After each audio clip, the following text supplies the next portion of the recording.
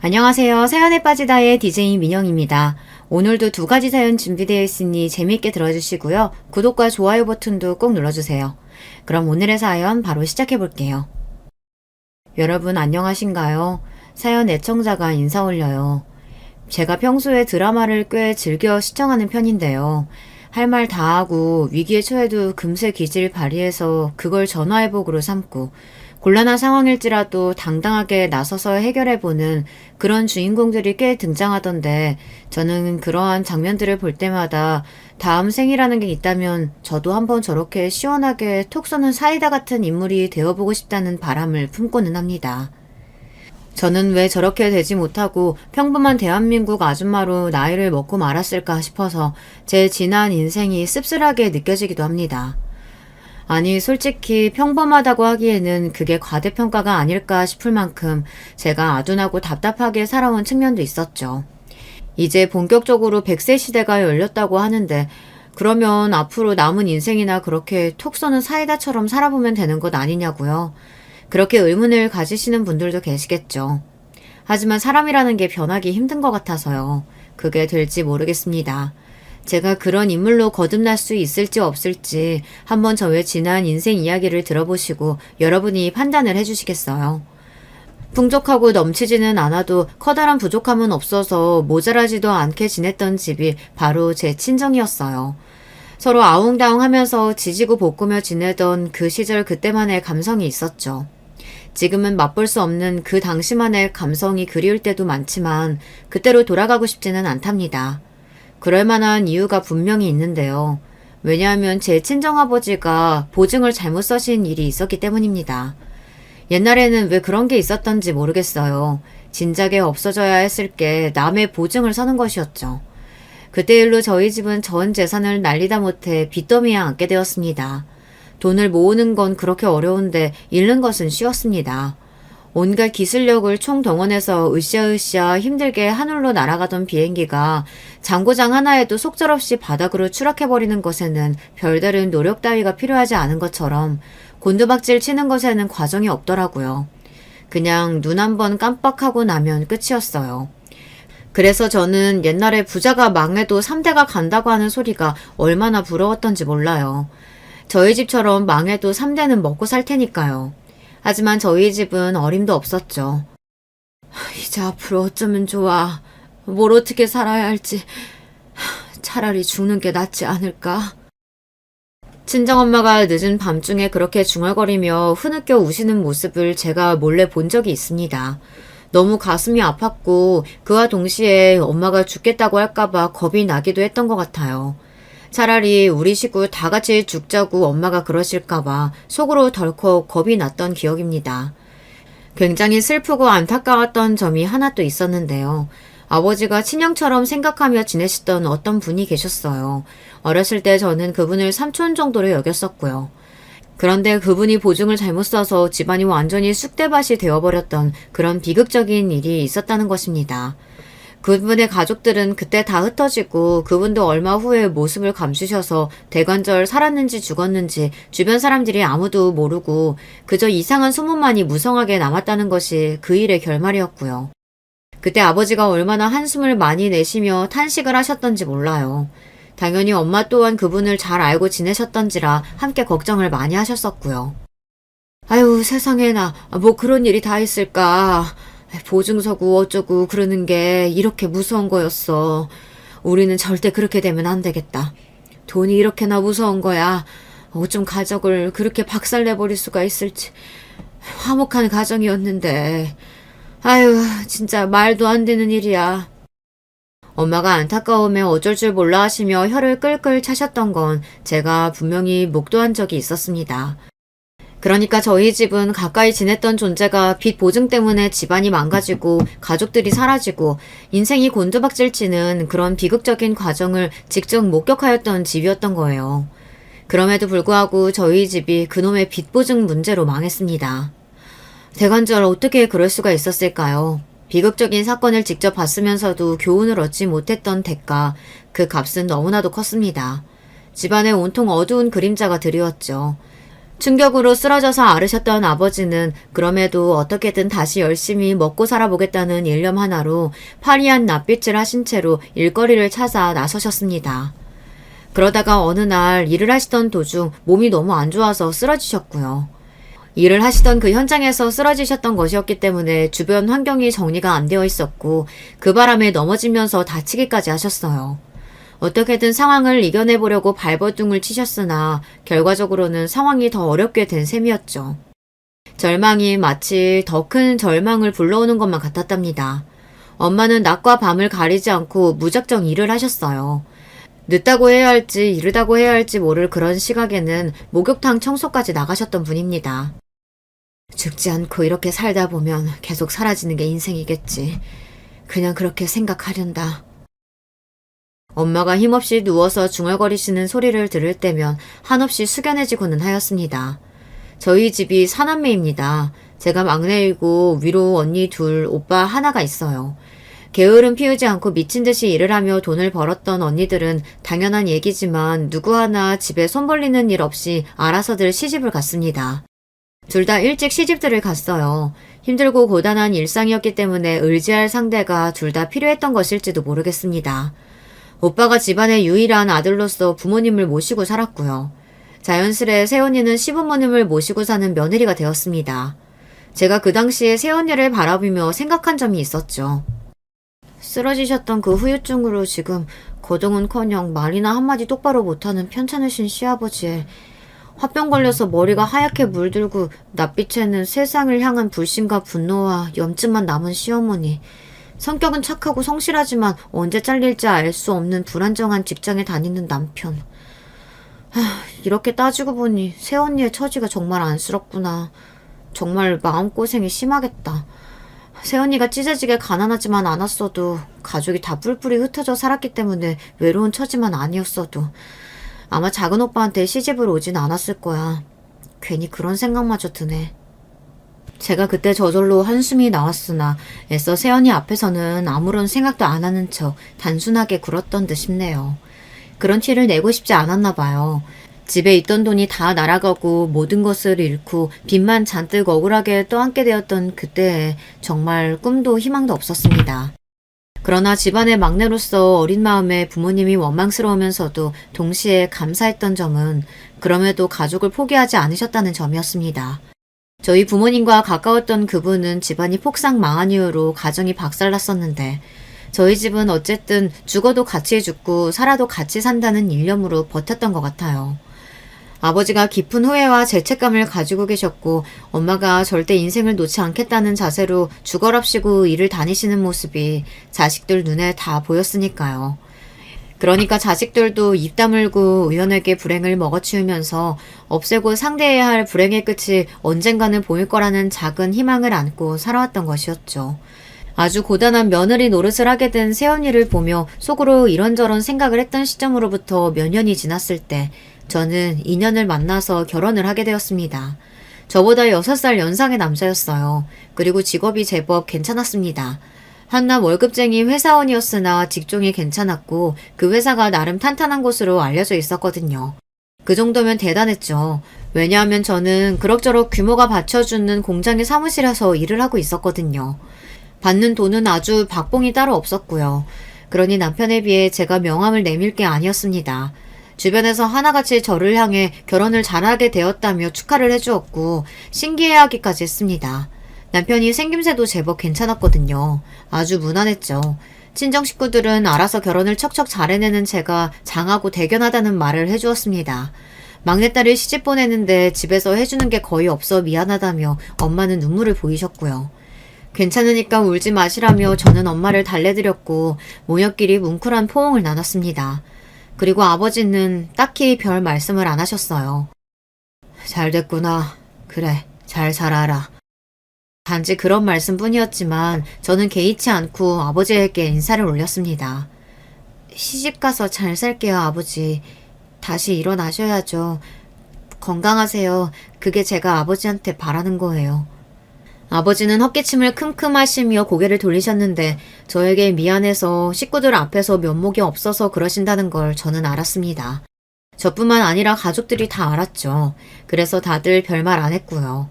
결혼하고 나서 얼마 지나지 않았을 때 곧바로 저는 이런 생각을 하게 되었어요. 세상에, 내가 이렇게 될 줄도 모르고 새언니의 처지가 이러니 저러니 어쩌니 하면서 내가 평가했었구나. 내가 뭐라고 감히 평가를 하면서 내심 동정까지 했을까. 오빠와 결혼해서 저희 부모님을 모시고 사는 새언니가 떠오른 것입니다. 자연스레 저의 상황과 비교가 되면서 죽을 맛이더군요. 왜냐고요?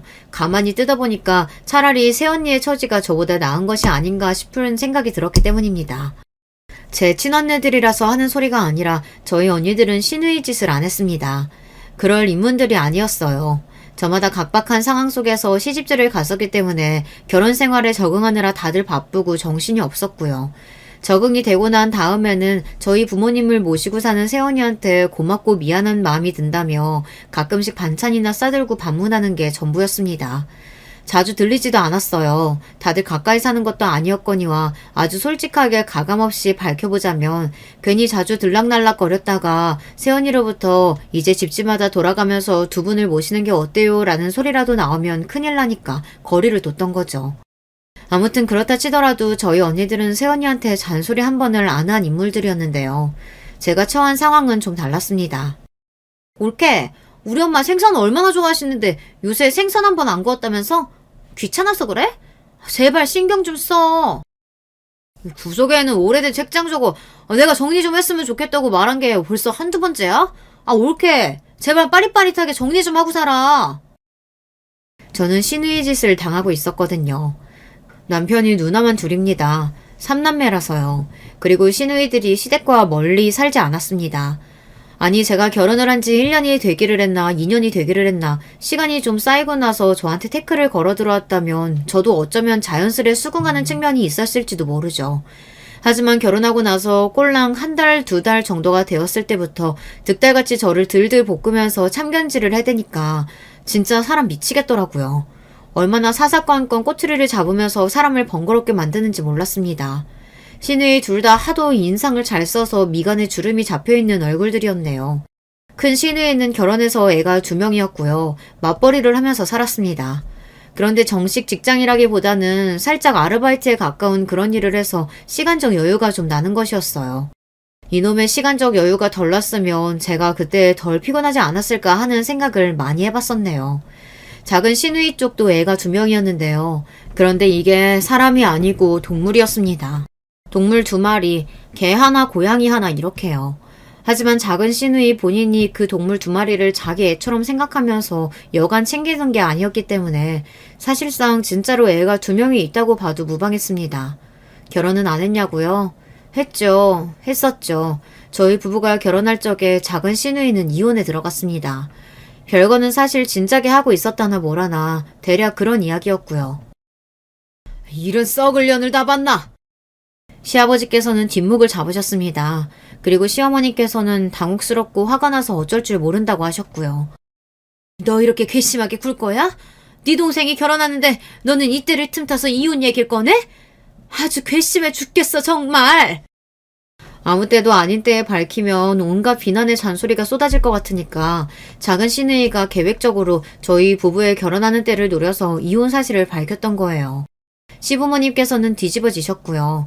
가뜩이나 시아버지의 건강이 좋지 못한데 네가 그러고도 자식 딸년이 맞냐고 하며 시어머니께서 원통해 하셨습니다. 하지만 작은 시누이는 제법 당당했죠. 잔소리가 듣기 싫어서 죽겠다는 표정으로 확 짜증을 냈습니다. 그러면 나보고 어떡하라고요? 그 미친놈이랑 평생 죽을 때까지 같이 살까요? 이혼 하나 못해서 그렇게 인생 망쳐야 한다고요? 나는 그렇게 생각 안 해. 아직 애 없는 게 천운이지. 애 생기기 전에 갈라서는 거예요. 잘못한 게 없다면서 박박 우겨대는 작은 시누이의 모습을 보며 저는 보통이 아니다라는 인상을 받았습니다. 거참 희한한 일이었어요. 남편한테는 저렇게 드센 면모가 없었거든요. 이제 막 결혼을 한 것이었으니 잘 안다 모른다 말을 하는 것은 시기장조이긴 했으나 확실히 인상만 봐도 누나들하고는 달랐습니다. 드세고 억센 기운이 얼굴에 없었어요. 아직 애가 들어서지 않은 게 아니라 전략적으로 애를 아직 안 가졌던 게 아닐지. 듣고 있던 큰 시누이가 혼잣말을 하듯 중얼거렸고 그러자 작은 시누이의 얼굴이 민망함으로 물들었더랬죠. 그때는 몰랐으나 작은 시누이가 키우는 동물 2마리 때문에 너무 미쳐 있어서 임신 문제는 뒷전이었던 것으로 나중에 생각이 되더라고요. 큰 시누이가 그렇게 말을 했었을 때 시부모님께서도 골치 아파 죽겠다는 기색들이 되셨었고요. 아무튼 드세고 억센 기운을 제 앞에서 선보이며 저를 불안에 떨게 만들었던 시누이들은 혹시는 역시라는 진리의 법칙을 보여주었던 것입니다. 얼마나 사사건건 올케거리면서 모든 걸 제 탓으로 몰아가고 저에게 하나부터 열까지 다 시키려고 들었던지 모릅니다. 큰 시누이는 이런 논리를 들이밀었어요. 올케는 내 동생하고 결혼하면서 해온 게 뭐가 있어? 솔직히 몸뚱아리만 가지고 온 거나 다름없지 않아? 세상에 공짜가 어딨어. 값을 내면서 살아야지. 진짜 더럽고 치사하지 않나요? 제가 친정의 사정이 변변하지 않다는 점, 그리고 제 직장이 남편의 직장보다 못해서 벌이가 뒤떨어진다는 점, 이런 것들을 들어서 큰 시누이는 제가 많이 부족한 면모를 시댁을 향해 희생정신으로 채워야 한다고 주장했습니다. 조금 슬펐던 점은 그 당시에 제가 큰 시누이가 더럽고 치사하게 뱉은 말들이 따지고 보면 썩 그렇게 틀린 이야기는 아니니까 그럴싸하기는 하다고 생각하면서 주먹을 꽉 쥔 채로 반박을 못하고 수긍을 해버렸다는 거예요. 객관적으로 뒤떨어지는 제 자신을 향한 자신감이 저는 그렇게나 없었나 봐요. 친정 식구들이 얼마나 고생하면서 힘들게 버텨오고 살았는지 다 아는데 제가 시시콜콜 다 떠들면서 힘들다고 투정을 부리는 것은 상상조차 할 수가 없었습니다. 혼자서 견뎌내지 못할 시련이라고 생각하지도 않았었고요. 그러니 제가 친정의 비호를 전혀 못 받는다고 여겨서 시누이들이 더욱 저를 함부로 대했던 것 같아요. 큰 시누이가 더럽고 치사했다면 작은 시누이는 얄밉고 짜증이 났습니다. 그리고 둘 중에서 누가 더 싫었느냐는 질문이 들어온다면 저는 고민 안 하고 작은 시누이를 고르렵니다. 집이 되게 어렵게 살았으니까 올케는 생활력이 좋겠네. 뭐든 혼자서 척척 잘해내겠어. 네? 딱히 그렇지는 않지만 열심히 하려고는 노력하고 있어요. 그래 올케. 그런 자세 아주 좋아. 사람은 노력을 하면서 살아야 돼. 인생은 결코 쉽고 만만한 게 아니야. 매사에 노력을 해야 한다고. 저는 작은 시누이한테 제발 너나 잘하라고 말해주고 싶은 게 본심이었답니다. 하지만 여간 평범하지 않은 게 아닌 인물이었기 때문에 개구고 싶지 않아서 가만히 있었을 뿐이었죠. 솔직하게는 용기도 그때는 부족했고요. 그런 의미에서 올게. 다음 주 수요일하고 목요일에 우리 집 와서 파랑이 좀 챙겨줄래? 네? 파랑이를요? 내가 그때 일이 있어서 집을 비우게 돼서 그래. 동물 사랑하고 위하는 노력도 열심히 좀 해봐. 제가 퇴근하면서 들르면 되기는 하는데요. 출근할 때도 들러. 출근 때 들르고 퇴근 때 들러서 1시간 정도 있으면서 파랑이 챙겨주고 놀아줘. 놀아주는 장난감은 다 준비되어 있거든? 올케가 팔 떨어지게 흔들기만 하면 돼. 파랑이 화장실 치우고 물 갈아주고 온 집안에 털 날리고 붙은 거 청소하고 그렇게 해줘. 아니 제가 고양이를 잘 모르는데 사랑이는요? 사랑이는 혼자 못 둬서 엄마한테 봐달라고 할 거야. 엄마가 외출하셔도 집에 아버지는 계시니까 사랑이가 혼자 안 있어도 되겠지. 네, 그렇군요. 대답이 왜 시원하지가 않아? 돈도 얼마 못 버는 직장답게 일도 일찍 끝나잖아. 퇴근하고 나서 우리 파랑이 좀 챙겨주는 게 그렇게 어려워? 거절은 사양할 테니까 다음 주에 올케가 우리 파랑이 돌보는 걸로 나는 알고 있을게. 진짜 미친년이 따로 없었습니다. 다짜고짜 뭘 혼자 결정을 다 하고 난리인가요? 사랑이는 개, 파랑이는 고양이였습니다. 사랑이는 13살 먹은 시추였고요. 파랑이는 11살인가 12살이었나 그 정도 된 눈이 파란 고양이였죠. 제가 팔자에도 없을 것 같은 동물들 뒤치다거리를 작은 시누이 때문에 처음 해봤습니다. 작은 시누이의 집에 가서 고양이를 돌보고 챙기는 것, 그것만으로 끝이었을 것 같나요? 아니었죠. 올케, 집에 들러준 김에 정리정돈까지 해줄 수는 없었어? 사람이 왜 그렇게 눈치가 없고 야박하고 지랄이야? 저한테 하나를 안 주며 열을 발하는 그런 도둑놈의 심보가 바로 작은 시누이였습니다. 제가 작은 시누이만큼은 정말 똥이 더러워서 피하지 무서워서 피하냐는 마음가짐이 되어서 대하게 됐던 것 같아요. 알면 알수록 보통 이상한 사람이 아니었네요. 그러면 자기 누나들이 이 지경인데 제 남편은 뭘 했냐고요? 뭘 안 하는 게 특징이었습니다. 나도 몰라. 누나들이 그런 사람인지도 몰랐고 나도 진짜 어떻게 해야 하는지 모르겠어. 당신 누나들인데 당신이 모르면 누가 알아. 우리 부모님도 모르시는데 왜 나한테만 그래. 특히 작은 누나는 왜 그 지경인지 아는 사람이 아무도 없어. 답답해. 내가 차라리 말을 말자. 남편하고 그런 주제로 대화를 할 때면 벽을 보고 얘기하는 기분이 들어 아무런 소득이 없었습니다. 그러면 혹시 시어머니 쪽은 어떠했냐고요? 사실 여자들이 결혼하고 나서 가장 중요하고 관건인 것은 시어머니하고의 관계겠죠. 고부관계가 시댁 문제의 거의 모든 부분을 차지하고 있다는 소리도 있으니까요. 따지고 보면 시누이들이 아주 매일같이 시댁을 드나들었던 것은 아니었으나 그래도 이상하게 자주 보는 것만 같은 기분이었는데요. 그건 아마 시어머니께서 당신 딸들과 통화를 자주 하시는 모습을 제가 봐서 그랬던 것 같습니다. 시어머니께서는 소위 시집살이라는 것을 시키는 분은 아니었어요. 뭐랄까 그냥 보통으로 구시는 분이었죠. 하지만 자꾸 시누이들에게 전화로 이러쿵 저러쿵 제 앞에서는 굳이 안 하셨던 말씀도 다 하시면서 은근히 제 흉을 보셨습니다. 불만이 있으시면 저한테 직접 말씀을 하시지 저한테는 아무 소리 안 하시면서 꼭 그렇게 시누이들한테서 전화가 걸려오면 이런저런 이야기를 하시다가 저에 관한 질문이 들어오면 별로 안 좋게 대답을 하시고는 했습니다. 제가 안 한 행동들도 제가 한 것처럼 시누이들한테 말씀을 하실 때도 있었고요. 대관절 왜 그러시는 건가 싶어서 저는 미치고 환장을 노릇이었죠. 그래서 제가 아예 시어머니께 제가 부족한 점이 있다면 그때그때 말씀을 해달라고 시누이들한테 혼인하고 책망을 듣는 거 이제 좀 그만하고 싶다고 이렇게 하소연을 드린 적도 있었네요. 그러나 시어머니께서는 모르쇠 하시며 당신은 절대 시누이들에게 제 이야기를 안 좋게 한 적이 없다고 당연히 이야기를 지어낸 적도 없다고 하셨습니다. 그럼 제가 본 것은 환상이고 들은 것은 환청이었나요? 심지어는 편찮으신 시아버지께서 모처럼 참견을 하시며 시어머니를 향해 당신이 입방정을 떨기는 한다라고 하셨지만 소용이 없었습니다. 시어머니께서는 그러자 전에 없이 발끈하시면서 증거 있냐고 따져 물으셨거든요. 상황이 이렇다 보니 저는 뭘 어찌하여도 진퇴양난이었던 거예요. 이러니까 제가 톡 쏘는 사이다 같은 사람을 보면 너무 부럽고 멋져 보여서 두 손을 꼭 마주잡고 눈빛을 빛내는 아줌마로 나이가 들어갔나 봅니다. 누구를 탓하겠나요? 똑부러지게 굴지 못하고 내지르지도 못하는 소심쟁이 답답이로 살아온 저의 잘못이겠죠. 시어머니의 그런 면모 때문에 억울하고 환장해서 팔짝 뛰고 싶었어요. 갑질을 부리고 싶어서 안달이 난 것 같은 큰 시누이 때문에 골치가 아팠습니다. 그리고 작은 시누이는 성격이 이상하면서 개 고양이 타령을 맨날 해대는 통에 저를 미치게 만들었어요.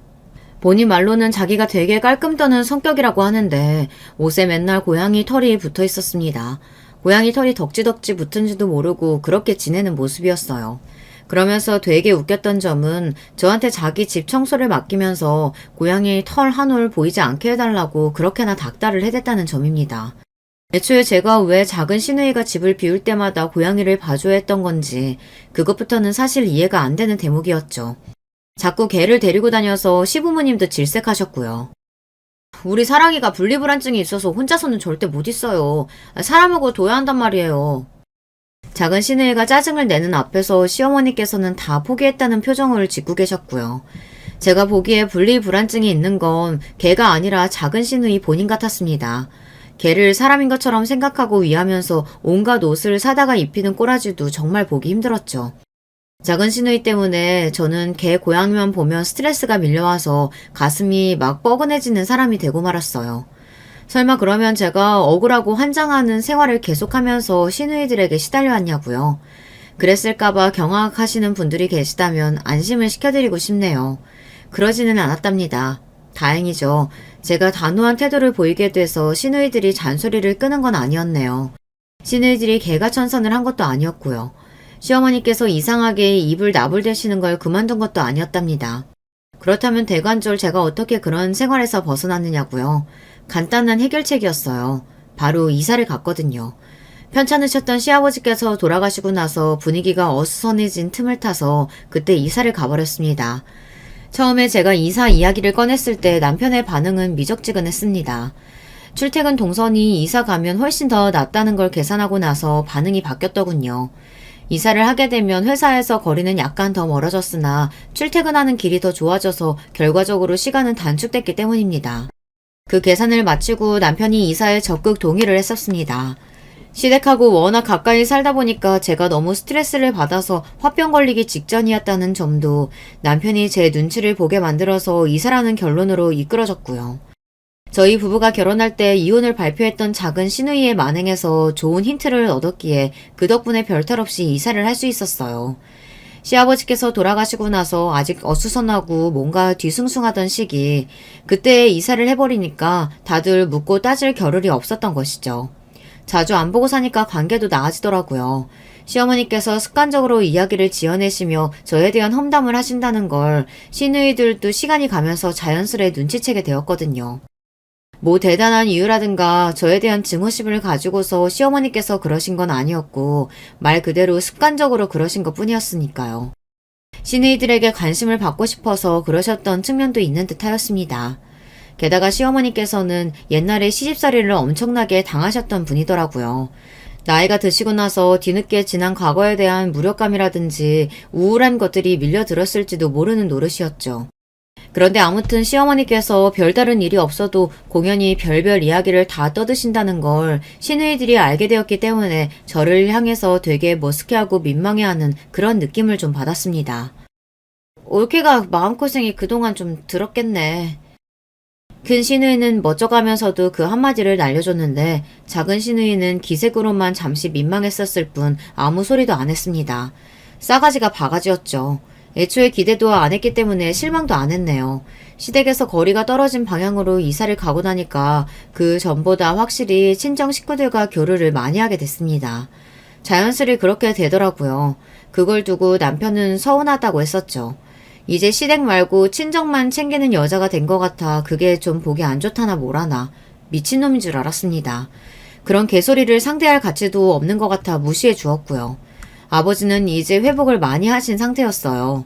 제가 결혼하고 나서 얼마 안 되었을 때까지만 해도 지팡이에 의지해서 천천히 걸으시는 게 전부였는데 이제는 제법 속도를 내서 걸으셨으며 장시간이 아니라면 지팡이가 없어도 외출하고는 하셨습니다. 저는 세원이한테 가장 먼저 고맙더라고요. 고생 많으셨죠? 제가 결혼하고 나서 시댁 겪어보니 그러고 나니까 세원이의 고충을 잘 알겠더라고요. 말로 표현하는 게 가장 나을 것 같아서 나를 잡고 세언니한테 고마움과 미안함을 꺼낸 적이 있었네요. 그랬더니 세언니가 눈물을 글썽이는 게 아니겠어요. 이야기만 들어도 감동이라고 하면서 제가 그렇게 생각해준 것 자체가 세언니의 입장에서는 되게 고맙고 힘이 난다고 하였습니다. 그 모습에 저도 눈물이 나더라고요. 그것을 계기로 저희가 좀 친해졌죠. 시간을 내서 같이 커피도 마시고 이런저런 대화도 종종 나누게 되었어요. 그러다 보니까 자연스레 시댁의 이야기도 세언니한테 꺼냈었고요. 들을 때마다 경악한 표정으로 고개를 젓던 세언니는 제 시누이들의 대목에서 한숨을 내쉬었습니다. 이사하길 정말 잘했네요. 그거 아주 이상한 사람들인데요. 특히 언니 말고 동생 쪽 말이에요. 듣고 보니까 정상이 아닌 것 같은데 그런 사람이 한번 눈 돌아가면 무슨 일을 벌일지 몰라요. 그러니까 조심하세요. 세언니는 제 작은 시누이가 미친 사람 같으니 매사에 조심하는 게 좋을 것 같다고 말을 하였습니다. 온갖 기행을 작은 시누이로부터 접해왔던 저였기에 고개가 절로 끄덕여졌죠. 하지만 그렇게 심각하게 걱정할 일은 전혀 없다고 여겼어요. 설마 하니 그렇게나 조심해야 할 필요가 있을까 싶었던 건데요. 놀랍게도 설마가 사람을 잡더라고요. 때는 시아버지의 제사를 앞둔 시기였습니다. 사랑이가 죽었다는 소식이 들려왔어요. 작은 시누이가 키우는 시추, 그게 말입니다. 듣고 나서 아 그렇구나 하고 말았는데 그게 되게 큰일이었나 봐요. 남편의 표정이 일단 너무 어두웠고요. 시어머니께서는 전화로 저에게 한참을 하소연하셨습니다. 아휴 그 미친년이 날뛸까봐 나는 그게 걱정이구나. 너라서 내가 몰래 하는 소리지만 그 개누시키 아주 잘 죽었다. 잘 죽었어. 아 그래요? 그러시구나. 저는 어머님이 사랑이를 예뻐하시는 줄만 알았어요. 예뻐했지. 애교가 많은 놈이었지. 착했잖아. 말 잘 듣고 보르면 오고 똥오줌 잘 가렸지. 하지만 딸년이 걔한테 미쳐가지고 온갖 유난을 떠니까 걔가 나는 진심으로 예쁘지는 않더라. 그 우라질 놈의 걔 고양이 때문에 이혼까지 당했으면서 그래도 정신을 못 차리고. 아휴. 그동안 걱정이 많으셨군요. 이제 파랑이만 남았네요. 그래도 파랑이는 고양이라서 좀 낫죠. 집에만 있잖아요. 말도 마라. 이제 그 고양이한테 집착할 생각하니까 아주 소름이 돋는다. 개 없다고 남은 고양이한테 얼마나 정성 쏟으며 지랄 발광을 떨지. 아주 미치겠어. 징그러워 죽겠는데 어쩌면 좋니. 고양이가 그래도 나이가 꽤 있잖아요. 갈 때 되면 가겠죠. 예, 내가 TV에서 보니까 집에서 키우는 고양이들 있지? 그것들이 20년은 산다더라. 아주 무서워 죽겠어. 20년이요? 그러면 아직 멀었네요. 시어머니가 그렇게 애끓는 목소리를 내시는 거 처음 들었습니다. 가만히 생각해보니까 잔병치레를 해왔던 사랑이보다 태어난 얼굴로 집에서 잘 노는 파랑이가 건강한 녀석이었죠. 체질도 건강해 보였어요. 혼자서도 집에 잘 있고 성격도 차분했습니다. 제가 파랑이를 몇 번 돌봤기 때문에 알아요. 그 눈 시퍼런 고양이가 장수할 팔자 같아서 불안하다는 시어머니의 말씀에 동의가 드는 이유였답니다. 그러던 와중에 시간이 흘러 시아버지의 제삿날이 돌아왔어요. 그리고 하필이면 그 전날과 당일 이렇게 이틀째 회사가 진짜 미친 듯이 바쁜 날이었습니다. 빠질 도리가 없었어요. 미리 이 부분을 시댁에 알려두었고요. 정시 퇴근을 할 수가 없던 저 대신 남편이 일찍 자리를 하기로 하였습니다.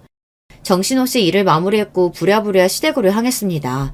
그런데 시댁에 거의 다 와서 전화가 걸려왔던 거예요. 회사에서 걸려온 전화였고 받아보니까 아주 중요한 용건이었습니다. 제가 분명히 제출할 서류를 책상 위에 두고 온 것 같은데 그게 안 보인다고 연락이 온 거예요. 그 서류를 당장 봐야 한다는 다급한 용건이었기에 저는 기억을 되짚어가며 열심히 위치를 다시 설명드렸습니다. 알고 보니 제 책상 위가 아니라 과장님 책상 구석에 그 서류가 가 있었더라고요. 아무튼 다시 회사로 갈 일은 없어 마무리되어 안도의 한숨이 쉬어졌고 그렇게 시댁에 들어갔을 때였어요. 왜 이제 오는 거야? 올케는 우리 아버지 제사가 장난이야? 우리 아버지가 웃어? 우리 집이 만만해? 들어가서 신발을 벗기가 무섭게 작은 시누이의 외침이 들려왔습니다. 저는 당황해서 눈치를 살피며 조심스레 안으로 발을 들였고요.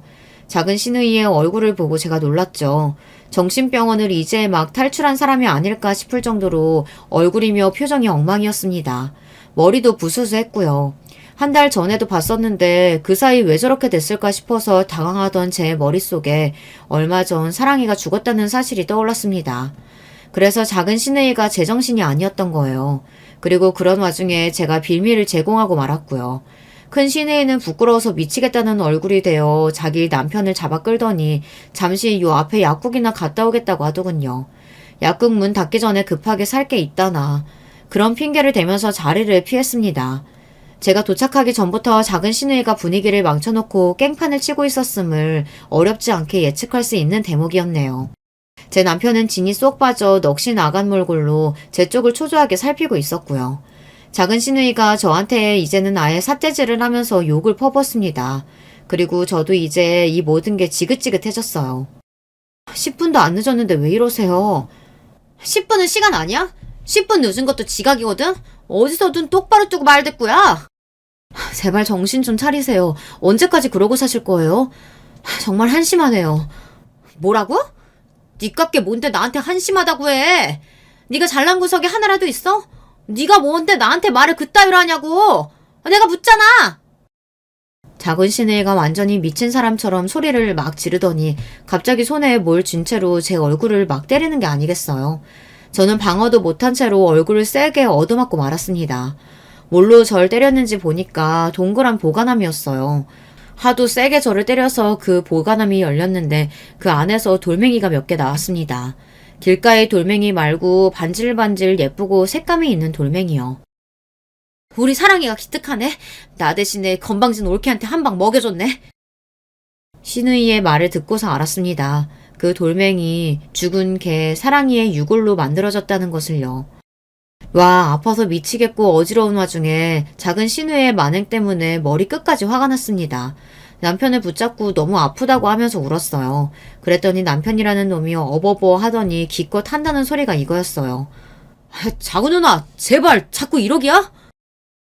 장난하는 것도 아니고 이런 심각한 상황에서 고작 저런 말이 전부라는 게 믿어지지가 않았네요. 시어머니께서는 현기증을 일으키시며 벽에 기대신 채로 주저앉으셨고요. 신음을 하시는 시어머니 곁으로 남편이 놀라서 후다닥 달려갔습니다. 그러자 작은 시누이가 저를 째려보며 이게 다 저 때문이라고 하더군요. 뭐? 나 때문? 이것조차 나 때문이라는 거야? 웃기지 마. 전부 너 때문이잖아. 제가 결국은 폭발해서 외쳤습니다. 그러자 미친 남편놈이 아무리 그래도 어떻게 자기 누나한테 너라고 하냐면서 저한테 한마디 하더군요. 가방을 챙겨서 무조건 나왔습니다. 맞은 얼굴보다 가슴이 더 아팠네요. 늦은 시간이라 일단 집에 가서 끙끙 앓았고요. 소심한 표정을 지으며 집으로 기어들어온 남편이 미안하다고 했습니다. 그러면서 별일 아닐 거라고 했습니다. 제가 아파 죽겠다는데 그 옆에서 자꾸만 별일 아니라고 자고 일어나면 아픈 것도 괜찮아질 거라고 하더군요. 진통제를 때려붓고 억지로 잤던 저는 다음날 당장 병원에 가봤어요. 그랬더니 왼쪽 얼굴에 광대뼈가 함몰되었다는 겁니다. 눈 주변이 땡땡 부은 상태였고 멍이 들어있었고요. 수술 날짜를 바로 잡자는 소리를 듣는 동안 제가 기가 막혔죠. 나 이거 수술해야 된대. 별일 아니라면서. 근데 수술해야 한다고 그러네? 뭐 정말? 어떡하기는. 미친 네 누나한테 가서 보상해달라고 해. 그리고 진심으로 나한테 무릎 꿇고 사과하라고 해. 미안하지만 작은 누나가 반성할 사람이 아니야. 보상은 어떻게든 돈으로 받아내 보겠는데 뉘우칠 사람이 아니라서 차라리 그냥 내가 당신한테 돈을 줄게. 남편의 소극적인 태도에 돌아버릴 뻔했습니다. 시어머니 또한 발만 동동 구르시면서 어쩌면 좋으니 어떡하면 좋겠니 이런 소리만 하셨어요. 아무도 해결을 위해 나서지 않았고 작은 시누이를 나무랄 생각조차 못했습니다. 너무 서럽더라고요. 제가 수술을 하게 됐다고 하니 친정은 뒤집어졌어요. 자세하게 전부 이야기는 안 했고요. 작은 시누이가 잘못해서 어쩌다 실수로 저를 쳤는데 이렇게 되었다고. 사과할 생각은 없어 보이더라. 이런 식으로만 이야기했습니다. 이것 이상의 걱정을 끼치고 싶지는 않았어요. 그런데 아버지가 저를 찾아오신 겁니다. 생각지도 못한 일이었죠. 제가 좋아하는 딸기를 사들고서 오신 아버지를 보자마자 눈물이 핑 돌았습니다. 아직 딸기철도 아닌데 요즘 엄청 비쌀 텐데. 너 입원한다면서 병원에 네가 누운 걸 보게 되면 내가 공연히 눈물 날까 봐서 차라리 이렇게 미리 보러 왔다. 아버지가 멋쩍어 하시면서 그렇게 말씀하셨을 때 결국 눈물이 확 터져나오고 말았습니다. 미치도록 서러움이 막 터져나오더라고요. 저는 아버지 앞에서 무슨 일이 있었던 건지 미주알 고주알 다 떠들어버리고 말았어요. 아버지는 화가 나서 얼굴에 열이 잔뜩 오른 모습이었고요. 그 모습을 보자 아차 싶어서 제가 아버지한테 너무 화내실 것 없다고 달래드렸습니다. 똑같이 얼굴을 때려줄 수도 없는 노릇이고 그렇다고 해서 작은 시누이가 반성할 인간도 아니고 그냥 답답한 상황이니까 일단은 참고서 천천히 생각을 해봐야 할 문제라고 말씀드렸어요. 그런데 아버지가 고민하시는 것 같은 그런 표정을 짓더니 대뜸 저에게 작은 시누이의 집을 알려달라고 하시는 겁니다. 저보고 현관문 비밀번호를 아냐고 물으셨을 때 저는 그 의도를 파악할 수 있었어요. 저도 그 집에 가본 지는 꽤 됐는데 아마 비밀번호 안 바꿨을 거예요. 걔를 입양했던 날짜로 현관문 비밀번호를 해놨거든요. 그 걔가 지금은 죽기는 했는데 더 애틋해서 안 바꿨겠죠. 저는 홀린 듯이 아버지에게 작은 시누이 집을 알려드리고 말았습니다. 이게 잘한 짓인지 아닌지 모른 채로 걱정에 눈을 꼭 감으며 수술을 받았었네요. 저희 아버지가 그 집에 가서 무엇을 하셨을지 혹시 예상이 가는 분 있으실까요? 작은 시누이는 난리가 났습니다. 파랑아, 우리 파랑이 어디 갔니? 얘가 대체 어디로 간 거야? 게다가 우리 사랑이까지 없어졌잖아. 고양이가 없어진 겁니다. 집에 와서 보니 현관문이 미세하게 열린 채로 닫혀있지 않았으며 안에 고양이는 없었죠. 심지어 죽은 개의 유골함마저 사라진 뒤였습니다. 작은 시누이가 즉시 거품을 물고 발작하면서 사방팔방으로 고양이를 찾아다녔어요. 집에 도둑이 들었다고 신고도 했고요. 하지만 현관문 앞에는 CCTV가 없었고 아버지는 흔적을 남기지 않았죠. 게다가 시어머니를 포함하여 모두의 반응이 미적지근했어요. 자유를 찾아서 떠났겠지. 자유라니 무슨 자유? 죽음의 자유? 나가면 그냥 우리 애 죽는 거예요. 엄마, 이게 얼마나 심각한 상황인지 모르는 거예요? 너는 네 올케 얼굴을 그렇게 때려놓고 사람이 수술을 받았는데 가보지도 않으면서 그놈의 고양이 타령. 아유 지겹다 지겨워. 제발 그만 좀 하자. 나는 네가 네 아버지 제삿날에도 그지를 떠는 거 보고서 이제 학대기를 결심한 사람이야. 시어머니가 진절머리를 치신 겁니다. 게다가 큰 시누이는 자기 동생이 신고한 경찰한테 가서 조사할 필요도 없다라고 말을 하기까지 했어요. 그쯤 되자 작은 시누이는 눈이 돌아버려서 모두가 작당하고 자기 고양이를 가져다 버렸으며 자기 개의 흔적까지 치워버린 거라고 여기고 미쳐 날뛰기 시작했어요. 고양이는 사실 아버지가 당신의 고향인 시골 동네에 가서 풀어버리셨습니다. 그 동네에 유독 동물에게 호의적인 노인분들이 살고 계셨거든요. 고양이들이 서로 싸우지도 않고 평화로이 사는 동네였는데 거기에 아버지가 작은 시누이 고양이를 풀어놓으셨어요. 그리고 작은 시누이의 개 유골함도 그 시골 땅의 어느 구석에 묻어버리셨습니다. 설마 제 친정아버지가 그러셨을 거라고는 그 누구도 아무도 상상조차 할 수 없었죠. 작은 시누이만 답답하고 환장해서 돌아버리는 상황이었어요. 수술은 아주 성공적이었고 저는 태연하게 굴었어요. 작은 시누이의 요청으로 그 집에 고양이를 돌보러 몇 번 갔었는데 현관문이 꽉 안 닫혀있던 때를 목격한 적이 있다고 말하였어요. 문 밖에 복도에 고양이가 돌아다니는 걸 제가 발견해서 잡아다가 집 안으로 데리고 들어간 적도 있다고 하였고요. 제가 지어낸 이야기를 듣고 시어머니께서는 더욱 당신의 작은 딸이 평소에 문단속도 안 하고 다니는 주제에 적반하장으로 나온 미친년이라는 확신을 가지게 되셨습니다. 큰 시누이 또한 자기 동생이 미친 줄은 알고 있었지만 이 정도일 줄은 몰랐다면서 갈수록 선을 넘는 꼬라지를 못 봐주겠다고 하며 고개를 흔들었고요. 저는 남몰래 씩 통쾌하게 웃었답니다. 친정 부모님은 저에게 몸이 회복하는 대로 이혼을 준비하라고 하셔서 저를 놀래키셨어요. 이혼이요? 솔직히 하고 싶은 마음이야 있어요. 그래도 두 분은 어떤 힘든 일이 있어도 갈라서지 않으셨는데 제가 고작 이런 일들로 이혼을 해도 되는 건지 모르겠어요. 그 앞에서 저는 우물쭈물 굴었으나 부모님이 무척 단호하셨습니다. 두 분이 이혼을 하지 않고 버티셨던 것은 서로를 향한 진심 그리고 자식들을 위하는 마음이었다고 했어요. 그리고 저희 부부에게는 둘 중 어두 것도 없으니 이혼하는 게 옳다고 하셨습니다. 저는 부모님의 말씀을 잘 듣는 효녀가 되기로 결심해서 따르기로 하였고요. 이혼을 해낼 수밖에 없는 증거를 그때부터 차곡차곡 모아 남편의 뒤통수를 치고 이혼을 선언했습니다. 우리 그냥 앞으로 잘 살아보기로 한 거 아니었어? 이혼이라니. 안 돼. 나는 그것만은 못해줘. 억울해. 자기가 뭔데 제 앞에서 억울하다고 하는 건가요? 어이가 없었네요. 남편이 저에게 울고불고 매달리고 있을 때 폐인이 된 몰골로 작은 시누이가 찾아왔습니다. 다짜고짜 이게 다 저 때문이라고 하면서 저 때문에 자기 인생이 망했다고 했어요. 저는 평온한 얼굴로 그냥 웃어주었고요. 그리고 작은 시누이의 정신 나간 그 모습을 본 남편이 망연자실했습니다. 상황이 이렇게 되니 이혼을 못 해주겠다고 나올 게 아니라는 걸 깨달았기 때문이에요. 그 미친 누나 때문에 결혼 생활이 망했다면서 남편은 눈물을 글썽였습니다. 그런데 사실은 말이죠. 제가 그 전날에 작은 시누이한테 연락을 해서 도발을 했어요. 파랑이는 아직도 목격 제보가 안 들어왔어요? 안타깝네요.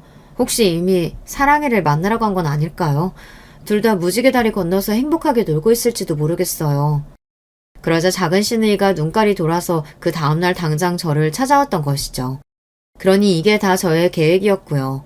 작은 시누이의 만행을 눈앞에서 보고 전의를 상실한 남편은 이혼 도장을 찍어주었답니다. 이건 여담인데 이혼이 확정된 직후에 저희 새언니가 작은 시누이를 찾아갔어요. 야, 네가 그렇게 미친 년이라면서? 나는 독한 년인데 내가 시부모님 수발지면서 살아온 년이야. 내가 시아버지 일으켰고 시어머니 회복시켰어. 너 따위는 내 앞에서 나댈 깜냥도 못 대. 너는 내가 보니까 악기가 들렸나 보다. 그래서 미친 거지. 성수 세례 한번 받아볼래? 시누이가 싱크대에 작은 시누이의 머리를 쳐박으며 물을 틀었다고 합니다. 성수 세례니까 바꿔서 악기를 물리치라면서 말이에요. 공포에 질린 작은 시누이가 비명을 그렇게나 질렀다고 하네요. 저한테 한 짓이 있으니 차마 새언니를 고소도 못했고요. 저는 새언니가 그렇게 엄청난 면모를 가질 줄은 몰랐기에 듣고 나서 많이 놀랐답니다. 하지만 솔직히 통쾌했어요. 가족들이 최고란 생각이 들었죠. 친정 식구들 덕분에 정신이 흐려졌던 결혼 생활에서 해방이 된 저는 그 이후로 잘 산답니다. 잘 살고는 있는데 이게 정말 객관적으로 잘 사는 건지 모르겠습니다. 사람들은 저한테 이혼 기똥차게 잘했다면서 인생 살만나겠다고 하던데 저는 왠지 자신감이 없는 것 같아요. 새언니처럼 강력한 한 방을 낼 자신이 없는 느낌인데요. 여러분, 제가 과연 이번 생에서 톡 쏘는 사이다로 거듭날 수 있을까요? 안녕하세요. 저에게 있었던 일을 사연으로 나눠보고자 하는 여성 독자예요. 사람은 뭐든지 직접 겪어봐야 깨닫는 동물이라고 하잖아요. 저 같은 경우에는 어른들 말씀 틀린 것 없다는 옛말을 가벼이 여겼다가 직접 호되게 당하고 나서 그게 진짜 맞다는 것을 깨달은 사람이랍니다. 제 경험담을 허심탄회하게 여기서 풀어볼게요. 우선 남편하고는 제가 우연히 지인의 소개를 통해서 어느 자리에서 처음 만나게 되었었는데요. 그냥 아는 사이로만 그렇게 지내다가 술자리를 따로 가지게 된 것을 계기로 교제하게 되었습니다. 연애 기간은 1년 반이었고요. 결혼을 결심하였지요. 이때 저는 친정 부모님의 반대에 직면하게 되어서 내심 놀랐더랬어요. 엄마, 아빠, 제가 그 사람하고 만나는 걸 굳이 간섭하지도 않으셨고 관심을 가져오신 것도 아니잖아요. 그런데 이제 와서 결혼은 좀 아닌 것 같다라고 하시면 저는 어떡하라고요? 너무 당황스럽네요. 두 분이 당연히 허락하실 줄 알고 저는 이미 그 사람하고 결혼에 대한 이런저런 상의를 다 맞춰놓은 상태예요. 네 아빠하고 나하고 괜히 이러는 줄 아니? 관상도 썩 마음에 들지 않는데 말할 때 그 폼이라든지 여러 가지 가치관 같은 게 한마디로 영 아니오시다 알아서 너한테 이러는 거야. 결혼은 좀 더 신중해도 괜찮아. 굳이 상대 집안에 민망해질까 봐 결혼하자는 말 번복하지 못하는 게 바보 같은 거지. 너 그 남자하고 어줍지 않은 데이트만 그동안 출장했다면서? 그런데 그 남자에 대해 네가 뭘 알겠어? 그 집안에 대해서는 뭘 알겠고? 지금 결혼한다는 건 네가 치기 어린 선택을 내리는 거야. 답답해. 대체 두 분이 뭘 하신다고 이러시는 거예요? 그냥 그 사람이 사윗감으로 마음에 안 차시는 거면 그렇다고 솔직하게 말씀을 하세요. 고상하게 굳이 돌려서 말씀하시면서 거절하시지 말고요. 제가 그때 듣다가 울컥해서 감정적으로 말씀을 드리고 말았어요. 그건 어쩌면 저 혼자만 아는 사실이지만 그동안 살면서 친정 부모님께 쌓아온 원망이었을지도 모릅니다. 왜냐하면 제 친정 집안이 한때는 정말 찢어지게 가난해서 이러다가 굶어 죽을 수도 있다는 공포에도 시달려 봤었으나 그 시절을 딛고 일어나서 경제적으로 풍족하게 된 성공사의 주인공이거든요. 너무나도 지독하게 힘든 시절을 보내신 탓인지 친정 부모님께서는 돈에 관해서 무척 강박적이셨고 구두쇠의 기질이 강하셨습니다. 생각이 자유롭고 언제나 즉흥적이었던 저와는 두 분께서 필연적으로 마찰을 빚으실 수밖에 없었던 것이죠. 저는 남편하고 결혼을 마음먹으면서 속으로 이런 생각을 했었어요. 나 혼자 알아서 현명한 결정 내릴 거고 나 혼자 정말 알아서 잘 살아볼 거야. 부모님 보란 듯이 그렇게 해볼 거야. 이렇게 생각했던 게 지금 돌아보자면 말도 안 되는 객기였던 것 같습니다. 하지만 당시에는 진심이었다는 게 문제죠. 제가 자꾸만 강하게 나가자 친정 부모님께서는 굉장히 생각에 잠기신 얼굴이 되더니 서로를 마주보시면서 한숨을 내쉬셨어요. 이윽고 친정아빠께서 저에게 이런 말씀을 남기셨습니다. 네가 우리 집 막내이지만 네 언니 오빠보다 고집은 옛날보다 황소고집이었지. 너는 한다면 하는 녀석이니까 지금 우리가 이 결혼은 별로인 것 같다고 의견을 내봤자 네 기분만 상하게 하는 것이고 너는 어떻게든 이 결혼을 하려고 들 것 같구나. 쉽게 마음을 돌이킬 것 같았으면 애초에 너는 결혼하겠다고 결심하지도 않았을 테니까. 그런데 미윤아, 그럼 이것 하나만 정확하게 우리 앞에서 약속을 해라. 너 아직 그 남자하고 서로 집안 얘기도 깊게 나눠본 적이 없다면서? 그렇다면 우리 집안 사정도 그쪽에서는 모르겠지. 네, 저희는 그런 얘기 별로 나눈 적이 없어요. 서로만 보고 재미있게 정말 즐겁게 연애를 해온 거라서요. 이것저것 조건 따지는 사이 아니에요. 그 사람은 제가 자기보다 못하게 서럽게 사는 줄로 대충 추측하고 있을 거예요. 네가 아주 결혼에 자신만만하구나. 조건 없는 진짜 백의 사랑이라고 여기는 중인가 본데 정말 그러한지 네가 결혼하고 나서 한번 직접 확인해봐라. 결혼하고 나서도 절대 우리 집안 이야기를 그쪽에다가 굳이 할 필요가 없다는 소리야. 그런 배경 없이도 정말 사랑과 신뢰로 부부가 되어 잘 사는지 못 사는지 네가 체험을 해보고 우리도 한번 두고 보고 어디 그렇게 해보자꾸나. 좋아요. 무슨 말씀을 하시는 건지 알아들었어요. 그렇게 할게요. 어차피 두 분은 저 결혼할 때 크게 보태주실 생각도 없으시잖아요. 언니하고 오빠 결혼할 때도 그랬으니까요. 그러니까 아빠 말씀대로 따라볼게요. 저희 집 이야기를 굳이 떠벌리지 않고 공개하지 않고 그렇게 한번 살아보겠습니다. 그렇게 해서 잘 살면 그때는 진짜로 저희 두 사람을 인정해 주시겠다는 거죠? 네가 그 남자의 됨됨이, 인성, 그리고 네 시댁이 될 그 집안 사람들까지 싹 다 겪어보고 나서도 평생을 함께해도 좋다는 확신을 가지고 있다면 물론 당연히 인정해줘야지. 그때 가서는 우리가 알아서 잘 챙겨줄 테니 이 부분은 걱정하지 않아도 된다. 친정아빠의 제안을 저는 망설이지 않고 받아들였습니다.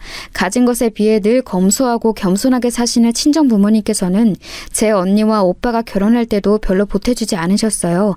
마음에 들어하시는 사위와 며느리에게도 그리하셨었으니 제 경우에는 더욱 야박하게 나오시더라도 제가 불만이 있을 수가 없었죠. 남편이 워낙 자기 집안에 대해 잘났다며 떠들어댄 바 있었으니 결혼하면서 시댁의 도움을 받으면 되겠다고 생각해서 저는 걱정을 별로 하지 않았었어요.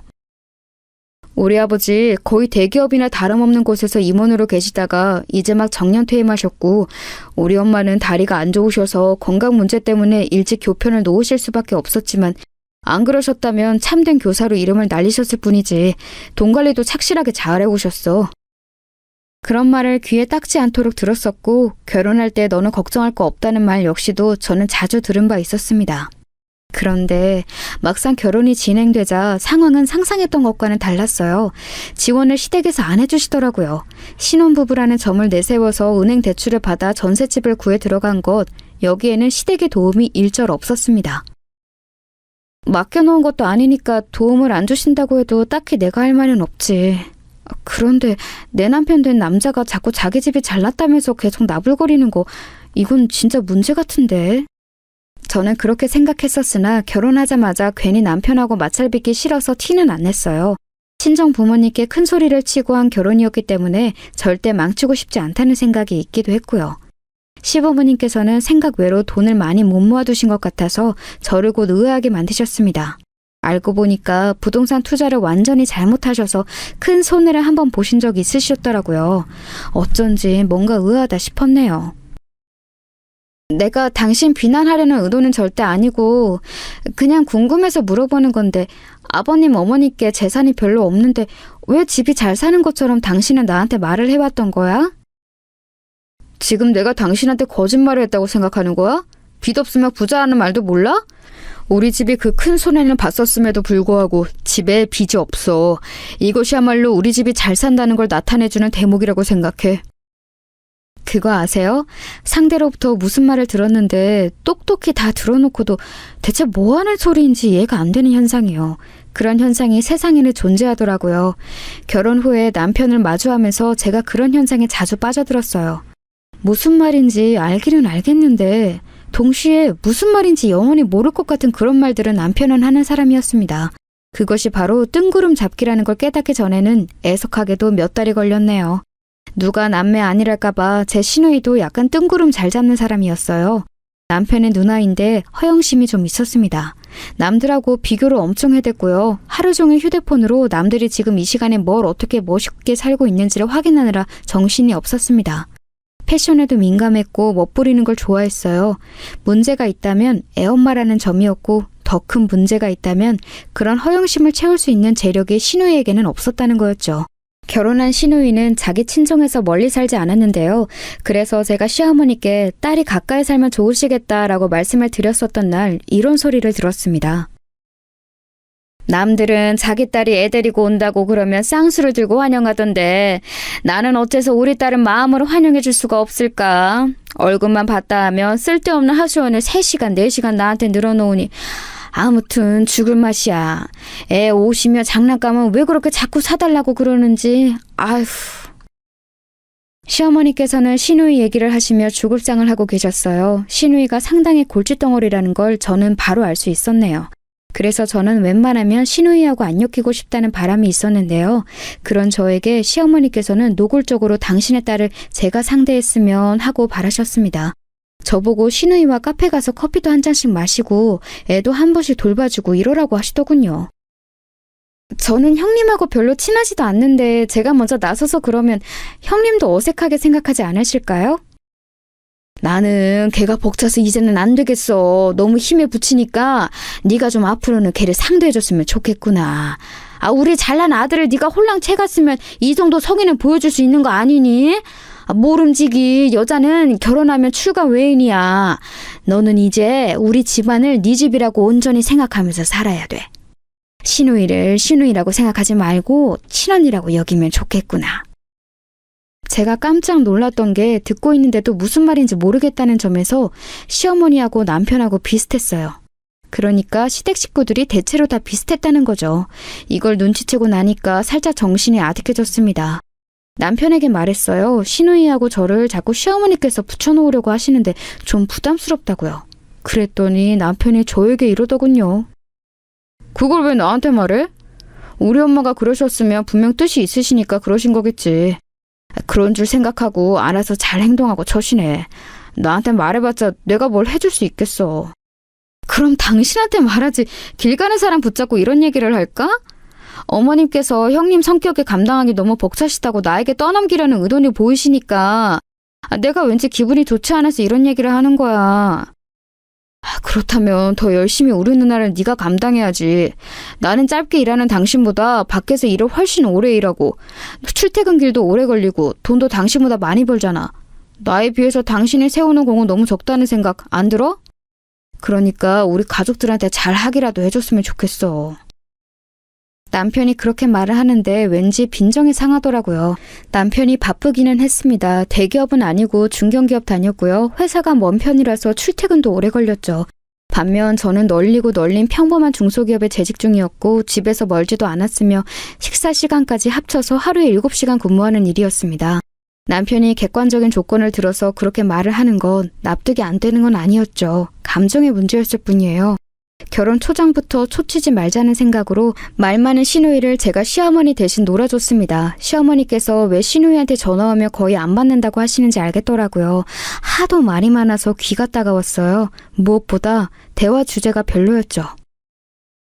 올케는 구찌 가방을 짝퉁으로 사는 것에 대해 어떻게 생각해?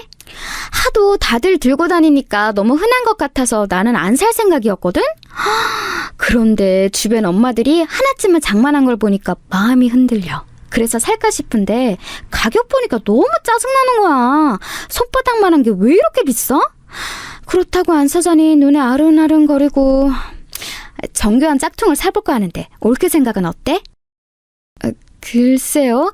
제가 그런 걸 한 번도 생각해 본 적이 없어서요. 돈 쓰기에는 아까우신데 아예 안 사실 수는 없고 그렇다면 짝퉁도 도전해 보는 거 나쁘지 않으신 것 같은데요? 그래? 올케 생각은 그렇다는 거지? 알았어. 참고할게. 근데 올케는 명품 가방 있어? 명품 신발은? 하다못해 향수나 화장품은? 어떤 거 있어? 명품과는 거리가 먼 사람처럼 보여서 그래. 명품 10가지 정도는 있는 나하고는 뭔가 느낌이 다른 사람이라고나 할까? 우리 엄마가 그러던데 올케는 결혼해서 내 동생한테 기생하며 사는 사람이더라. 그러니까 올케한테 명품이 생겨도 그건 내 동생의 피를 빨아먹어서 얻은 결과물이겠지? 그렇게 생각하니까 너무 슬프다. 아무튼 이렇게 명품을 잘 모르는 사람이 내놓은 의견 과연 내가 참여해도 되는 걸까? 올케? 와, 잘 모르겠는데요. 제가 명품을 잘 모르기는 해요. 그러니까 형님 편하신 대로 하시면 될 것 같아요. 뭐야? 대화를 황급히 마무리 지으려는 그 말투는? 나 그냥 짝퉁 살래. 사고 나서 만약에 짝퉁인 거 들키면 그 책임을 올케한테 묻는 것으로 할래. 그래도 되지? 여기서 된다고 답하는 사람이 과연 있을까요? 저요, 진짜로 시누이가 미친 사람인 줄 알았습니다. 정신과 약을 먹고 있거나 먹어야 하는 사람 둘 중 하나라고 생각했네요. 심해부가 자영업하느라고 바쁘신 분으로 알고 있었고 그래서인지 당신의 아내에 대해 별 생각을 못 하시는 것 같고 다른 시댁 식구들은 아무도 시누이의 정신 상태를 심각한 것이라고 인지하지 않고 있고 저만 미칠 노릇이었습니다. 한 번 받아주니까 시누이는 자꾸만 저에게 각종 상담과 하소연을 반복하며 됐어요. 정신이 나갈 것 같아서 참다가 시누이의 연락을 무시했는데요. 그랬더니 시어머니께서 득달같이 연락을 하시더군요. 너 이러는 거 아니다. 네가 많이 후달리는 결혼을 했으며 결혼하고 나서 현실적인 모습을 보여야지. 너 어쩜 이렇게 무정하니? 우리 딸 사실 얼마나 외롭고 가여운 아이인데 네가 친구처럼 친자매처럼 그렇게 대해주면 어디 덧나니? 사람마다 성향이라는 게 있잖아요. 저하고 형님은 그게 너무 달라서 엄청 가까이 지내기에는 한계가 있는 것 같아요. 끝을 올리는 억양만 교사 같으셨고 내용만 보자면 시어머니께서는 전형적인 며느리 갈구는 시어머니셨죠. 은근하게 잔소리를 정말 잘하시더라고요. 걸핏하면 항상 우리 잘난 아들, 너는 많이 부족하다 이런 말씀을 하셨고요. 스트레스를 받아서 남편에게 결국 도움을 청했습니다. 시어머니, 시누이 두 사람 다 제가 있기 전에는 어떻게 살았는지 궁금할 정도로 자꾸 저에게 연락을 해대고 저를 불러대고 이것저것 시키고 이러니까 너무 스트레스가 쌓여서 남편이 중간에서 중재를 해줬으면 싶었어요. 제가 아예 절연할 기세로 단호하게 나가는 게 아닌 이상 직접 두 사람을 적절하게 끊어낼 방법이란 없었으니까요. 남편이 흉내로나마 자기 엄마와 자기 누나를 나무라길 바랐습니다. 하지만 남편은 저를 실망시키고 말았어요. 우리 엄마가 당신한테 그 정도 잔소리도 못하고 살아야 하는 사람이야? 우리 누나 솔직히 나하고 전혀 안 친해. 그래서 동생 대신에 그 배우자하고라도 잘 지내보고자 하면서 노력하는 사람을 당신은 이렇게 폄하해도 되는 거야? 내가 힘들고 내가 신경 쓰인다는데 왜 당신은 내 입장을 고려해주지 않아? 너무 섭섭하다. 그리고 어머님, 형님을 챙기고 싶으면 당신이 직접 해. 나는 당신보다 더 많이 보니까 당신에게 요구할 수 있는 권리가 있다고 생각해. 우리 엄마하고 누나하고 사이좋게 지내달라는 거, 그건 사실 요구도 아니지. 당신이 알아서 잘해줘야 하는 영역이지. 아무튼 당신의 태도가 근본적으로 문제야. 연애할 때는 남편이 생각하고 행동하는 게 군더더기 없고 깔끔한 사람이라고 여겼었습니다. 그렇게 여겼던 제 머리를 한 대 세게 치고만 싶었어요. 콩깍지가 벗겨질수록 남편은 제가 원하던 이상적인 배우자와는 거리가 먼 게 보이고 있었죠. 그래도 제가 한 결혼을 스스로 책임진다는 각오로 버텼습니다. 시어머니의 빗발치는 연락은 반 정도만 받으면서 절충을 했고요. 시누이의 이상한 발언들은 한 귀로 듣고 한 귀로 흘렀습니다. 제 나름 노력과 적응을 한 거였죠. 남편과 행복하게 살 수 있는 방법, 부부로서 나아가야 할 길, 이게 뭔지 고민을 항상 하면서 지냈습니다. 어떻게든 잘 살아보고 싶었어요. 경제권을 가지고 있는 남편이 벌인 만행을 알기 전까지는 그랬죠. 결혼하고 나서 3개월이 지났을 때부터 저희 부부는 협의하에 양가의 용돈을 드리기로 했어요. 그때 남편이 그랬습니다. 이제 열심히 모으고 미래를 대비하며 살아야 하니까 아직은 10만 원만 드리는 것으로 족한 것 같다고요. 저도 동의를 했어요. 사실 제 친정 부모님께서는 액수가 중요한 게 아니니까요. 20만 원이나 10만 원이 상관없이 그저 성의 문제를 보실 분들이었습니다. 제가 흔쾌히 동의를 해준 것이 고맙다고 말했던 남편이었습니다. 그 웃는 얼굴을 보며 저는 생각했었죠. 결혼하고 보니 무척이나 계산적이었던 이 남자가 양가 부모님께 용돈 드리는 문제는 차질 없이 안 빼먹고 다달이 잘 해낼 것이라고요. 믿고 맡겼던 것 같아요. 그런데 정말 우연히 어느 날 저희 부부가 공용으로 돈을 모으는 생활비 카드, 그것과 연결된 통장을 일찍 퇴근한 날에 방 청소를 하다가 서랍에서 발견한 거예요. 그걸 봐뒀다가 문득 궁금해져서 그 통장을 출근할 때 챙겨가서 점심시간에 은행에 간 뒤 한번 찍어보았습니다. 통장 정리를 해본 것이죠. 그랬다가 기절하는 줄 알았어요. 다달이 10만 원 제 친정 부모님께 잘 가고 있었는데요. 웬 100만 원이라는 숫자가 다달이 빠져나가고 있었는데 이건 시부모님께 가고 있었던 겁니다. 그걸 보자마자 통장을 쥔 손이 주체할 수 없을 정도로 떨려왔죠. 남편한테 메시지를 보내서 혹시 나한테 숨기는 거 있냐고 물었더니 그런 거 없다고 딱 잘라서 답장을 하더군요. 기가 찼습니다. 애써 꾹 눌러 참았다가 저녁이 되어서 남편을 보자마자 따졌어요. 제가 통장을 내밀었더니 상황 파악이 된 남편이 한숨을 내쉬었죠.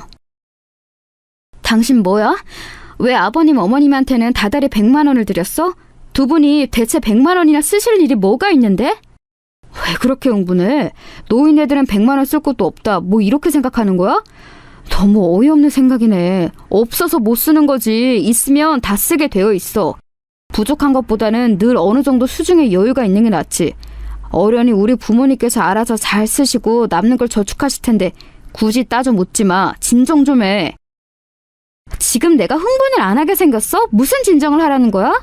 두 분께 100만 원을 드린 것 자체가 문제라는 게 아니잖아. 나한테 한마디 상의도 없이 멋대로 이랬다는 게 우선 나는 너무 속상한 일이라고 생각해. 속상할 수 있지. 그래, 그건 나도 이해할게. 근데 내가 당신한테 우리 부모님 용돈 100만 원 드릴 거라고 말을 하는 배려를 베풀 수는 있지만 그걸 의무적으로 할 이유는 어디에도 없어. 이유가 없다니? 나 갑자기 지금 좀 머리가 아파지려고 하네? 당신 지금 무슨 소리를 하는 거야? 다달이 현금 100만 원이나 고정 지출로 나가고 있는데 당연히 말을 해줘야지. 그걸 의무가 없다느니 이유가 없다느니. 지금 본인이 너무 치사한 헛소리를 하고 있다는 거 혹시 알고 있어? 제가 신랄하게 지적했더니 남편이 뜨끔하기라도 한 것인지 낯빛에 곤란함이 어리더군요. 사실 저는 이미 머리뚜껑이 열리고도 남은 참이었습니다만 초인적인 인내심으로 악다구니 쓰고 난리치고 싶은 거 참는 중이었어요. 남편이 어디 얼마나 그럴싸한 변명을 늘어놓는지 한번 들어주고 싶었기 때문이지요. 하지만 남편은 곤란하다는 표정으로 입술을 한번 꽉 깨물더니 더한 헛소리만 늘어놓을 뿐이었습니다. 내가 정말로 치사하게 나와볼까? 그래 볼까? 당신 나보다 돈 적게 벌잖아. 우리 부모님 용돈 100만 원? 그거 내가 버는 것에서 충분히 다 드리고도 남아. 당신이 딱 최저시급 수준의 월급 받으면서 미래 전망이 어두운 단순 사무직 다닐 때 나는 앞으로가 보장된 탄탄한 직장 다니면서 그 안에서 전쟁을 치러가면서 당신보다 훨씬 더 많은 월급 받고 있어. 단순히 수치로 봐도 내가 월등하지만 일하는 업무 강도, 앞으로의 전망 이런 것까지 다 따져보자면 당신은 나하고 비교조차 안 돼. 비교를 하는 것 자체가 나에게는 너무 굴욕적인 일이야.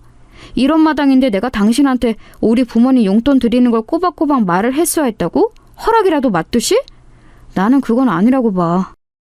와, 당신 정말 치사한 걸 넘어서서 치졸하다. 그런 걸로 조목조목 따지고 싶은 생각이 잘도 들었어? 계산기 두드려 보니까 돈 잘 못 벌고 집안 배경 탄탄하지 못한 나랑 결혼해서 사는 게 암만 해도 당신이 손해인 것 같아서 부모 용돈이라도 이렇게 손해를 채우려고 한 거니? 그러면서 왜 네 부모한테 하는 효도는 나한테 강요했니? 그건 계산으로 안 치나 봐? 계산으로 쳐졌으면 나도 내가 버는 월급보다 훨씬 많은 가치가 있는 사람인데? 네 부모라니? 말 조심해. 너한테 겨우 그 정도 취급 받으실 분들 아니야.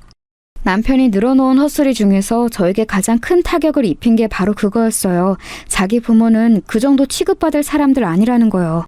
자연스레 제 친정 부모님으로 연결이 되었거든요. 저는 그 순간 느꼈습니다. 지금 이 감정적인 싸움이 단순히 싸움으로 끝날 게 아니라 결혼 생활의 종지부를 찍는 결정적인 계기가 되고야 말 것이라고요. 그걸 느끼자마자 제가 웃으면서 남편을 향해 말해주었죠. 그럼 우리 부모님은 어떤 취급을 받으실 분들이라고 생각해? 당신 말도 없이 자기 부모한테는 월 100만 원 용돈 붙이고 있었으면서 자기 처가에는 꼴랑 월 10만 원 용돈 드린 거 그거 어떻게 생각해? 10배의 차이야. 나는 당신이 나한테 아무 말도 없이 돈 100만 원을 멋대로 용돈으로 쓰고 있었다는 것보다 우리 부모님께는 그대로 10만 원만 드리고 있었다는 게 화가 나다 못해서 어이가 없고 그냥 막 웃을 지경이야. 이 상황이 너무 웃겨. 그러니까 뭐라고 제대로 답변 좀 해봐. 우리 부모님은 대체 어떤 취급을 받으실 분들이어서 월 10만 원만 드리고 땡친 거니? 기어이 나를 또 치사하고 치졸한 사람으로 몰아가시려고? 그래, 장단 맞춰줄게. 굳이 돌려서 말할 필요가 없으니까 내가 한 번만 정확히 말해줄 테니까 잘 들어. 너희 부모하고 우리 부모님은 같지 않아. 애초에 급이 다른데 어떻게 동일선상에 놓을 수가 있냐? 이건 한쪽이 내 친부모님이고 한쪽은 그렇지 않다는 사실과는 별개로 완전히 급 차이가 나기 때문에 어쩔 수 없는 문제야. 100만 원 받으실 자격이 있는 분들과 10만 원 받으시고도 만족하셔야 하는 분들의 차이인 거지. 살면서 이 정도의 궤변을 들어본 일이 없었습니다. 그리고 남은 평생에서도 들어볼 일이 없을 것만 같았어요. 저는 남편이 저를 향해서 작게 혀까지 쯧쯧하면서 말을 맺는 것에 진짜 머리가 꼭지가 돌아서 폭발해버렸습니다. 너 지금 급이라고 그랬어? 이거 완전히 생각하는 게 싸구려인 놈이네? 뭐라고? 싸구려? 싸구려인 놈? 말 조심해. 화가 났다고 해서 아무 막말이나 뱉어도 되는 건 아니야. 뱉는다고 다 말이 되는 것도 아니고. 나한테 훈계하지 마. 나하고 급도 안 맞는 주제에 어디서 훈계질이야? 우리 부모님 말씀이 맞았어. 우리 부모님이 옳았어. 너 같은 거 딱 봐도 저급한 놈이라고, 절대 결혼할 상대로는 아니라고 그러셨었는데 내가 어리석어서 그 말씀을 듣지 않았어. 내 잘못이지. 부모님 말씀을 잘 새겨듣고 급이 맞는 상대하고 결혼을 했어야 했는데 내 발등을 내가 찍었으니 정말 사무치게 후회하는 수밖에 없네. 꼭 너처럼 가진 것도 애매하게 없는 것들이 오만 있는 척은 다 하면서 꼴값을 떨더라? 야, 진짜로 많이 가지고 있는 사람들은 허세 떨지도 않고 굳이 작은 것에 생색내지도 않아. 진짜 부자인데 그 사실을 쉽게 드러내지 않고 사시는 우리 부모님처럼 말이야. 제 이야기를 듣는 동안 코웃음을 치던 남편은 마지막 대목에서 갑자기 표정을 싹 굳혔습니다. 자기가 잘못 들었나 하는 눈빛을 하더라고요. 그래서 제가 농담 아니고 진담이라는 뜻으로 어깨를 으쓱해줬죠. 그랬더니 점점 혼란스러운 얼굴이 되더군요. 갑자기 무슨 말도 안 되는 이야기를 하고 있어? 설마 네 집안이 사실은 잘 살기라도 한다는 뭐 그런 말은 아니지? 에이, 그건 말도 안 되지. 그렇다면 우리 결혼식 때부터 지금까지 당신이 이렇게 살았을 리가 없는데? 이렇게 사는 게 뭔데? 아, 남들 다 하는 가장 평범하게 널린 예식장에서 결혼식 올린 거? 자가 아니고 전세로 신혼생활 시작한 거? 돈을 더 못 번다는 이유로 남편에게 경제권 넘겨준 아내로 사는 거? 시댁의 이모저모에 시달리며 스트레스 받고 구질구질하게 지내는 거? 왜? 내가 이렇게 살았기 때문에 우리 집이 부자라는 게 안 믿겨? 까불지 마. 네가 믿든 안 믿든 네가 감히 넘볼 수 없고 상상할 수도 없을 만큼 우리 집 잘 살아. 네가 그리 잘나셨다고 주장하는 네 부모보다 우리 부모님이 100배 1000배는 더 잘나셨어. 말 그대로 급이 달라. 구두쇠처럼 사신다고 해서 겸손한 나머지 남들에게 당신들의 재산을 감추고 사신다고 해서 너한테 절대 우습게 보이실 이유가 없는 분들이야. 스스로 느끼기에도 그 순간에는 말이 정말 잘 나갔던 듯 싶어요. 어쩌면 이런 순간을 맞이하기 전에도 제 안에는 그런 말들이 내도로 담겨있던 것일지도 모르겠어요. 그러니까 한 번의 버벅거림 없이 망설임 없이 말이 훅훅 나갔겠지요. 제가 거짓을 말하고 있지 않다는 걸 알아챈 남편은 놀라서 기절하기 일보 직전이었습니다. 저는 그런 남편에게 우선은 급한 대로 제 휴대폰에 있는 사진들로 증거를 보여줬네요. 으리으리한 집에서 살고 있는 언니 부부, 오빠 부부, 그리고 친정 부모님께서 소유하고 계신 건물에 임대인 문제 때문에 들르셨을 때 찍은 사진 같은 것들 보여주는 동안 남편은 손을 덜덜 떨면서도 침묵을 지켰고, 저는 왜 진작 친정 집안이 든든한 재력을 지니고 있다는 걸 밝히지 않았는지 그 이유를 알려주었습니다. 친정 부모님께서 워낙 겸손하시고 경계심이 많으시다는 것, 남편이 결혼하면서 저에게 집안 얘기를 물어본 적 없다는 것, 이런 이유들도 당연히 있었겠지만 이런 순간을 맞이했으니 저는 이런 이유를 대표적으로 들고 싶었습니다. 바로 이렇게 될까봐 진작 안 밝혔던 거야. 이렇게 이기적이고 치사하고 자기 밥그릇만 챙길 줄 아는 그런 놈이라는 게 결국 드러날까봐. 그게 걱정돼서 우리 집이 어떤 집인지 안 밝혔어. 너의 집 면목을 보고 싶었던 건데 설마 이렇게까지 바닥일 줄은 몰랐지. 잠깐만, 내가 너무 혼란스러워서 할 말을 잃었었는데 이제 생각이 정리가 됐어. 그러니까 당신이 여태 나를 고의적으로 속인 거 맞지? 처가 식구들도 모두 한통속이고 사람 하나를 바보 말듯하니 정말 심성이 못됐다. 내가 엄청 피해를 본 셈이네. 집안이 그렇게 부자인 거 안 밝혔으니까 나는 이거 사기 결혼을 당한 거나 마찬가지야. 그렇지만 내가 너그러이 넘어가 줄게. 이러면 이제 우리 서로 공평한 거지? 서로 한 번씩 잘못한 거니까 공평하게 넘어가면 되는 거지? 무슨 공평 같은 단어를 들먹여? 미쳤어? 사기 결혼? 그건 내가 할 소리야. 이거 왜 이래? 그동안 나를 보면서 얼마나 속으로 비웃었을까. 당신 정말 우명한 여자다. 속에 눈구렁이라도 품고 있나 보네. 당신은 남자의 자존심을 마구고 짓밟은 거야. 아니, 인간의 존엄성을 파괴한 거야. 내가 이런 수치심을 이겨내고서 당신이 나를 농락한 거 그냥 넘어가 주겠다고 하는데도 반응이 왜 이래? 헛소리를 자꾸 늘어놓으니까 내가 반응을 이렇게 할 수밖에 없지. 아, 그래, 다 그냥 내 잘못이라고 치자. 내 잘못이고 미안해. 됐지? 그럼 이제 우리 갈라서자. 깔끔하게 이혼하자고. 내가 지금 원하는 건 이거야. 이혼이라는 말을 듣자마자 남편이 엄청 씩씩거리더라고요.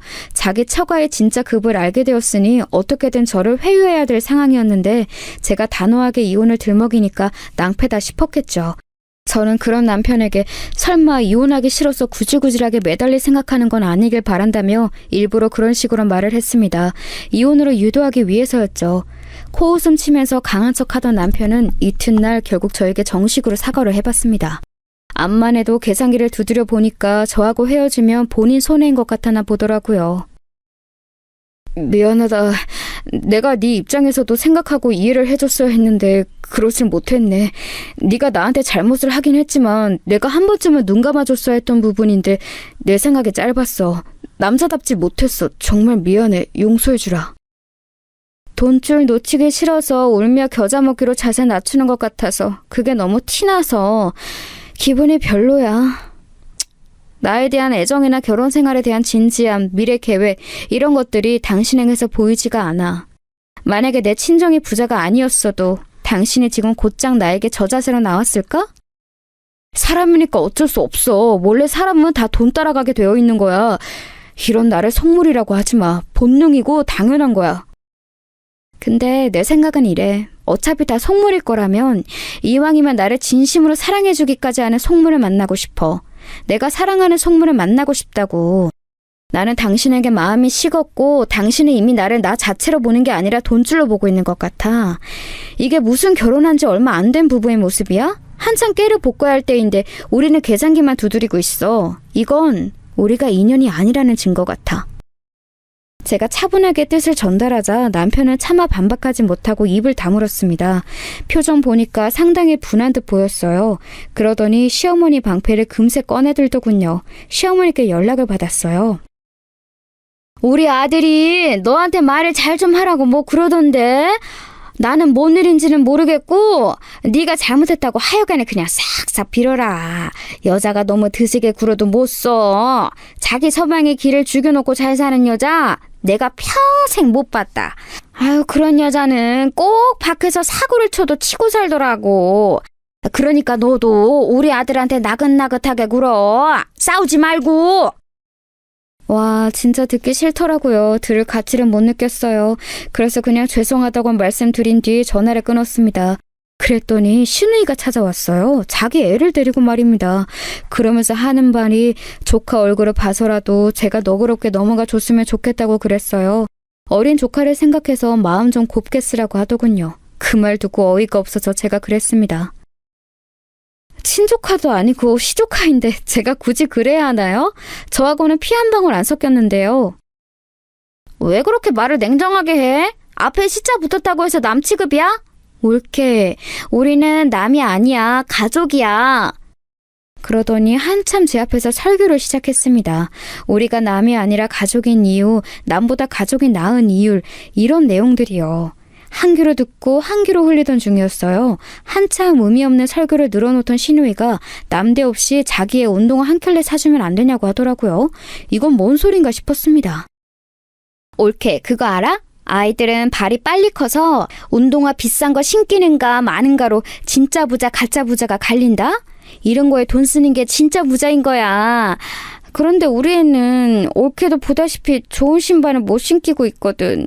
그래서일까? 우리 애가 어린이집에 가서 자꾸 기가 죽는 거 있지? 형님, 애가 무슨 그런 걸로 기가 죽어요? 애가 기 죽은 게 아니라 애 엄마가 혼자 그런 걸 신경 쓰는 게 아닐까요? 옳게, 내 말을 더 들어봐. 다른 건 몰라도 운동화에 돈 쓰는 거 솔직히 아깝기는 하더라고. 내가 그 정도 배포는 안 되더라. 그래서 나는 옳게가 내 동생하고 이혼을 하더라도 우리의 운동화는 기념으로 한 켤레 좀 사주고 떠나시면 좋겠어. 그러더니 시누이가 저한테 휴대폰 메시지로 웬 인터넷 사이트 판매 주소를 보냈어요. 얼떨결에 눌러봤다가 제가 화들짝 놀라고 말았죠. 시누이가 원하는 신발은 나이키라든지 이런 스포츠 브랜드가 아니라 명품이었습니다. 그래서 언감생심 구매할 엄두도 못 냈던 것이죠. 진짜 어이가 없었습니다. 자기 동생 부부가 이혼한 해 만에 이러고 있는데 자기의 명품 운동화를 얻어내려고 혈안이 돼 있더라고요. 이게 제정신인가 싶었네요. 새삼 신우의 정신 상태가 너무 독특한 것 같았어요. 제가 침착하게 물어봤죠. 남편에게서 저희 얘기를 어떤 식으로 들었냐고 말이죠. 옳게가 자기 친정이 여유로운 거 숨겼다고 하던데? 내 동생의 배신감에 따졌더니 옳게가 적반하장으로 나왔다고 들었어. 내 동생 옳게한테 따진 거 후회하고 있대. 그래서 나보고 옳게 설득하는 거 도와달라고 그러더라. 내 동생이지만 웃기는 놈이야. 아, 맞다. 근데 옳게, 그래서 집이 얼마나 부자인 거야? 나도 일전에 옳게네 친정 부모님 아파트가 전세라고 언뜻 들었었는데 그래서 잘 사는 줄을 꿈에도 몰랐어. 아, 네. 그냥 건물 좀 있고 땅 좀 있고 그래요. 제가 시큰둥하게 대답했더니 시누이가 자기 휴대폰을 놀라서 떨어뜨리더군요. 그러더니 갑자기 저한테 이놈이나 저놈이나 남자들은 거기서 거기니까 자기 동생하고 이혼하지 말라면서 저를 적극적으로 설득하기 시작했습니다. 제 손을 붙잡고 간청을 해대길래 부담스러워서 그 손을 뿌리쳤어요. 그랬더니 신우이가 중요한 게 생각났다는 표정으로 자기 휴대폰을 집어들어서 저한테 뭘 새로 하나 보냈습니다. 올케, 미안한데 아까 그거 신발 구매처 주소 보낸 거 실수였어. 내가 잘못 보냈네. 미안해. 지금 보낸 게 진짜야. 저는 순간적으로 신우이가 반성이라도 하는 줄 알았는데 그게 아니었어요. 이번에는 더 비싼 명품 신발 구매처를 저한테 새로 보낸 거였죠. 그거 보자마자 농담 아니고 머리가 깨질 것 같았습니다. 남편도 그렇고 신우이도 그렇고 결은 다르지만 공통적으로 제 골을 깨지게 만드는 남매였어요. 형님, 아직 학교도 안 들어간 애가 무슨 루이비통 신발이에요. 이게 맞는 거예요? 저는 성인이 되기 전까지 단 한 번도 명품이라는 걸 몸에 대본 역사가 없어요. 정말이야? 와, 진짜 부자들은 오히려 검소하구나. 그래서 부자가 됐나 봐. 멋지다. 근데 본인이 못 누린 거 조카한테 누리게 해줄 순 없을까? 응? 내가 이렇게 부탁할게. 결국 진저리를 치면서 신우이를 쫓아내야만 했습니다. 남편에게 다 말했죠. 신우의 만행을 들으면 남편이 조금이나마 그래도 민망해할 거라고 생각했는데 아니더군요. 저보고 온정이 부족한 냉혈한 스타일이라고 그랬어요. 가진 걸 베풀 줄 모르는 욕심쟁이라고도 했고요. 제가 기가 막혀하고 있는데 그 와중에 제 앞에서 무릎을 꿇더라고요. 내가 요머칠 생각해봤는데 당신 같은 냉혈한 데리고 살아준 남자 나밖에 없어. 그러니까 당신도 나를 용서하고 받아들여줘. 모든 걸 내 잘못으로 할 테니까 우리 행복하게 잘 살아보자. 내가 앞으로 당신 비비 잘 맞추면서 살게. 우리 부모님 누나 앞으로 내가 당신 귀찮게 못하도록 중간에서 처신 잘할게. 중간에서 처신을 잘하겠다고? 그거 가능한 거였어? 그럼 여태까지는 왜 안 했어? 잔말 말고 이혼이나 하자. 제가 단호하게 나오니까 남편은 자기 최후의 수단이 안 통했다고 생각한 것인지 크게 절망하면서 이혼 못 해주겠다면서 때를 쓰는 전략으로 나왔습니다. 자기가 이혼 안 해주면 장땡이라고 그러더군요. 그래서 제가 조용히 알려주었죠. 제가 그간 시달린 모든 것들 전부 휴대폰에 증거로 남겨놨다고요. 통화까지 싹 다 녹음을 해둔 상태이니 어떻게든 증거로 만들어서 이혼 소송 걸 자신이 있다고 그랬습니다. 그러자 남편이 거의 울먹이며 말을 했습니다. 그런 걸로 이혼까지 갈 수 있을 것 같아? 그렇게는 절대 안 될 거야. 아니, 반드시 그렇게 되게끔 내가 해볼 거야. 이제부터 내가 급의 차이를 보여줄 테니까. 업계 최고의 이혼 전문 변호사와 함께 내가 어떻게 이혼하는지 지켜보고 싶으면 계속 그렇게 이혼하기 싫다고 해. 그런 소리까지 듣고 나서야 남편은 패배 선언을 했습니다. 본인이 운운했던 급 때문에 말이죠. 저하고 법적으로 상대해볼 엄두가 안 났던 거예요. 남편이 패배를 인정했을 때 그 틈을 타서 저는 얼른 이혼해버렸고 뒤도 안 돌아보고 시댁을 끊어냈네요. 남편은 물론이고 그 집안 식구들도 다시는 얽히고 싶지 않았으니까요. 이혼 과정이 모두 끝났을 때 제가 친정 부모님께 제 어리석음을 인정하는 그런 사과를 드렸습니다. 두 분이 옳았어요. 저는 제가 멋대로 데려온 사람이니까 두 분이 무조건 반대하시는 거라고 생각했었죠. 두 분의 입맛대로 제가 안 움직여서 그러신 줄로만 착각하고 오히려 더 오기로 가득 차서는 결혼을 서둘렀었어요. 하지만 그건 제 실수였네요. 제가 틀렸고 두 분이 옳으셨던 거예요. 저는 친정 부모님께서 그러길래 우리가 뭐라 그랬냐며 큰 소리를 치시거나 생색을 내실 줄 알았어요. 그런데 별 말씀 없이 저를 가만히 안아주시더군요. 그제서야 저는 저를 낳아주고 길러주신 부모님을 제가 제대로 알지 못하고 살아왔다는 생각이 들었습니다. 그 후로 진심으로 마음을 열고 친정 부모님을 대했던 것 같아요. 몇 달 뒤에는 외국으로 떠났습니다. 새언니가 저번에 외국 여행을 권했는데 솔깃하더라고요. 그래서 외국으로 떠날 준비를 하는 동안 저는 주변에다가 말을 잘 퍼뜨렸어요. 전 남편이 알고 보니 이상한 놈이어서 결혼 생활 내내 시달리다가 간신히 이혼을 한 뒤 정신적 충격 때문에 외국으로 잠시 떠나게 되었다고. 이런 식으로 말을 했었네요. 제가 그렇게 군 이유가 있었어요. 안 그러면 전 남편 그놈이 자기한테만 유리한 말을 어떻게든 지어내고 꾸며내서 소문을 낼 수 있었으니까요. 그러고도 남을 작자라는 게 이혼을 하고 나니까 오롯이 보이더군요. 아니나 다를까 나중에 들은 후문이었지만 전 남편은 제가 외국으로 간 것을 뒤늦게 알고는 주변에다가 제 소문을 안 좋게 내려고 애를 썼었대요. 하지만 제가 이미 말을 다 퍼뜨린 뒤였기 때문에 그게 통하지 않았고 오히려 전 남편만 진짜로 이상한 놈이라는 평가를 받게 되었습니다. 스스로 자초한 것이라고 생각하고 있네요. 저는 호주로 떠났었는데요. 영어가 유창하지는 못해서 간단한 사무보조 업무만 하면서 지냈어요. 자연과 벗삼아서 여가 시간을 즐겼고요. 세상이 참 넓더라고요. 솔직히 말하자면 나는 우리 부모님이 구두쇠처럼 구시는 게 싫기도 했고 이해도 안 됐지만 한편으로는 우리 집은 부자니까 나는 여차하면 믿는 구석이 있는 사람이라고 이런 생각을 하며 살아왔던 것 같네. 우리나라와는 완전히 다른 환경에서 살아보니까 제가 얼마나 우물한 개구리였는지 깨우치게 되었어요. 그간 제가 얄팍한 선민의식을 가지고 살아왔다는 사실 역시도 알게 되었죠. 그까짓 것으로 은연중에 우월감을 느끼고 살아온 제 자신이 너무 부끄러웠습니다.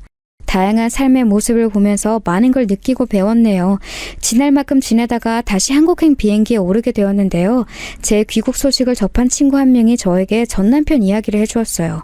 알고 보니 전 남편이 저하고 이혼한 뒤 1년을 채우기 직전에 재혼을 했었다지 뭔가요?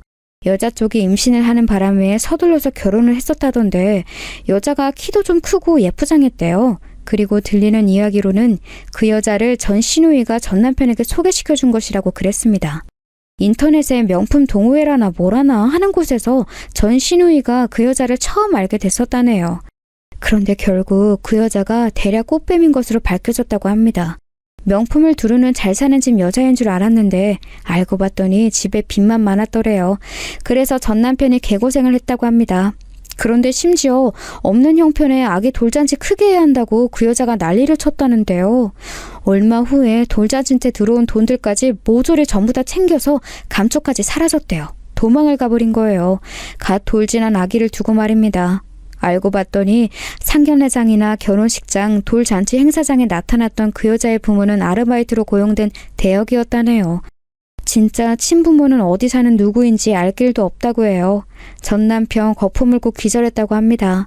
전 시어머니께서는 오라통 터져서 신음하시다가 어느 날 의식을 잃으셨고 구급차로 실려가시는 바람에 그 동네에 소문 다 났었다고 하고요. 전 시누이는 기어이 이혼장을 받았는데 이혼하기 싫어서 도망다니는 중이라고 했습니다. 전 시댁 집안이 초토화돼서 전부 죽을 맛이라는 이야기를 듣고 제가 인생이란 모르는 거구나 싶었습니다. 어쨌거나 저는 이미 결혼할 상대를 만난 뒤였죠. 호주에서 만난 인연이었는데요. 선하고 밝고 강인한 정신력을 가진 사람이었어요. 제가 배울 점 투성이었죠. 친정 부모님께서는 전 남편 때와는 다르게 저의 새로운 인연을 보시자마자 먼저 악수를 청하셨어요. 자네 손이 무척 듬직하구만. 우리 딸은 맡겨둘 될 정도로 말이야. 친정아빠께서 그런 어스레를 떠시는 것에 제가 얼마나 놀랐었는지 모른답니다. 저는 그 인연과 현재 재혼을 해서 잘 살고 있는 중이에요. 재혼을 해서 행복하게 살 줄은 예전에는 미처 상상도 못했었네요.